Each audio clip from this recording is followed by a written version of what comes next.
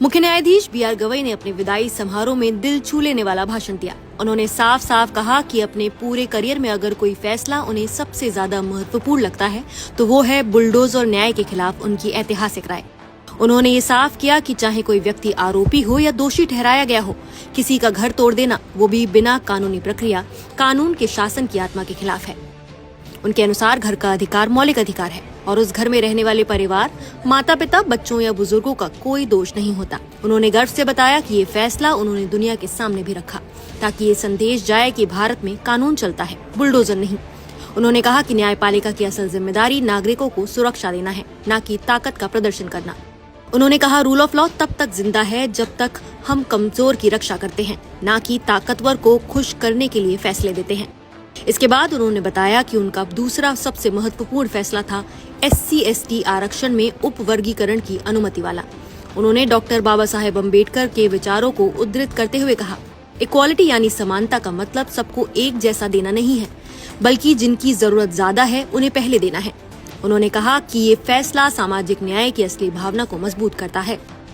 विदाई कार्यक्रम में CJI गवई ने अपने 40 साल के न्यायिक सफर को याद किया और कहा कि जज का पद उनके लिए सत्ता का प्रतीक नहीं बल्कि समाज की सेवा का अवसर था।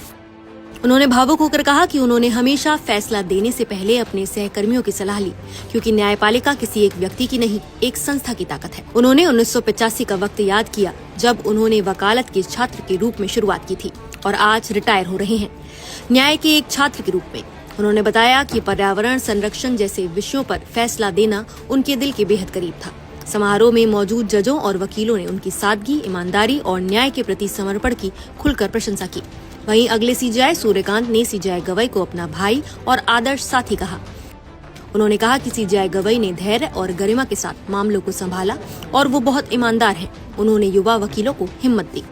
CJI गवई ने अपने समुदाय के खिलाफ लिए गए एक कठिन फैसले का भी जिक्र किया, SC में क्रीमी लेयर लागू करने का।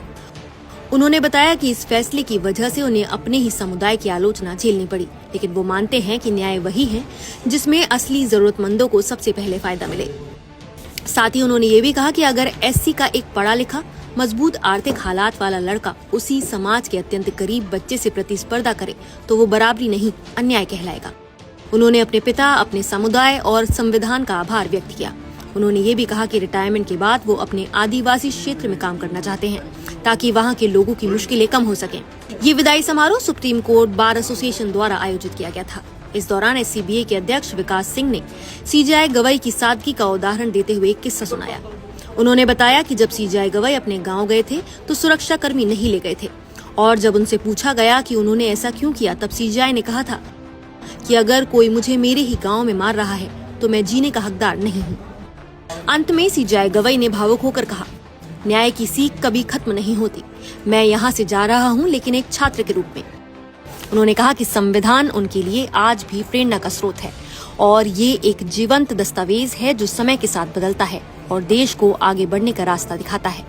वो पूर्ण संतोष के साथ सुप्रीम कोर्ट छोड़ रहे हैं क्योंकि उन्होंने देश की सेवा में अपना सर्वश्रेष्ठ दिया। तो CJI BR गवई का सफर सिर्फ एक जज का नहीं बल्कि न्याय और मानवता की लड़ाई का सफर रहा है।